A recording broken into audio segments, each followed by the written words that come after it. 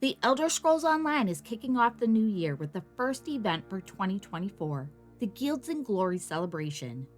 This event centers around the first 4 DLC released for ESO, the Imperial City, Orsinium, the Thieves Guild, and the Dark Brotherhood.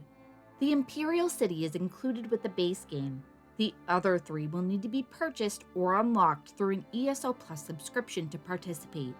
The good news? You can buy all of them bundled together and on sale in the Crown Store. Throughout the event, as you quest and adventure within Wrothgar, Bane, the Gold Coast, and the Imperial City, you'll earn an assortment of bonus loot, including reward boxes and event tickets. To start, let's look at all of the double drop opportunities because there are a bunch of them this time around. You can look forward to increased resource node drops. You'll receive double reward boxes when you hand in daily quests from these zones, as well as the Wrothgar weekly quest. This also includes Thieves Guild heists and Dark Brotherhood sacraments. World bosses, delve bosses, and public dungeon bosses will also drop double the goods. And all this bonus loot also applies to the bosses in Maelstrom Arena, the Imperial City Prison, and White Gold Tower dungeons, and the Wrothgar trial. And in the Imperial City and sewers, you'll get additional loot on roaming banner bosses and the patrolling horror bosses. Now, let's look at the contents of the event reward boxes and how to get them. This event offers 3 glorious reward boxes in total. To get all 3, you'll need to complete different pieces of content. Each glorious reward box can only be collected once per account each day. The event boxes also come in types, based on the zone the content is completed in, so try to pick up your glorious coffers in the zones with the drops that you're looking to get. The first glorious reward box comes from completing any of the dailies in Wrothgar, Bane, or the Gold Coast, or by finishing the Wrothgar weekly quest. This does not include the repeatable contracts for the guilds, but remember that it does include the sacraments and heists. Completing any of these types of dailies a second time will drop a regular reward box that can contain the same types of items, but with smaller chances for some of the more valuable items. The items with a decreased chance in normal boxes are marked with a red arrow. You can get your second glorious reward box by looting the final boss within the Imperial City Prison, White Gold Tower, or Maelstrom Arena. Drops for these boxes are slightly different, with the drops not being dependent on the zone, and the set item will come from the completed content instead.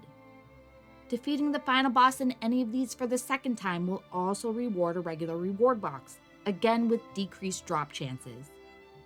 And you can collect a third glorious reward box after you complete your first Imperial City daily quest or slay your first roaming banner boss. The patrolling horrors also have a chance to drop a glorious box, but it is not a guaranteed drop.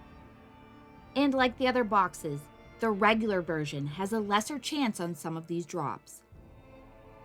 Additionally, you can collect further regular reward boxes by killing world bosses in Wrothgar, Bane, or the Gold Coast zones, killing the final boss in the Imperial City Prison, White Gold Tower, or Maelstrom Arena, or by looting treasure chest safe boxes, objects such as barrels, Sigic portals, thieves' troves, or crafting resource nodes.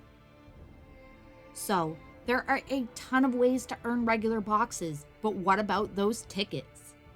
For this event, you can only get 2 tickets per day for a total of 26 for the event, and you can get them from any of the mentioned dailies, the weekly Wrothgar quest, killing and looting the roaming Imperial City bosses, or killing and looting the final boss in Imperial City Prison, White Gold Tower, or Maelstrom Arena.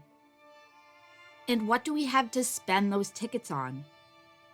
This event will be the first time you can pick up the fragments for this year's Molag Bal Illusion Imp Pet, and all 3 are for sale, and the first fragment for the morphed body markings.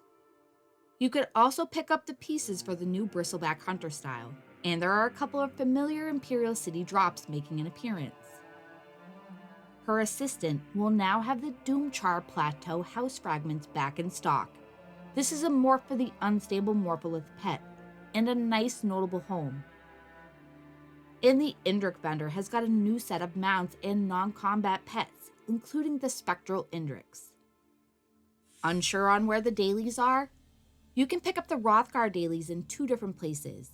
The Delve daily is on the coast in Morkul, and the World Boss daily is inside a building just outside the walls of Orsinium by the stables. Gold Coast dailies also have 2 places to pick up.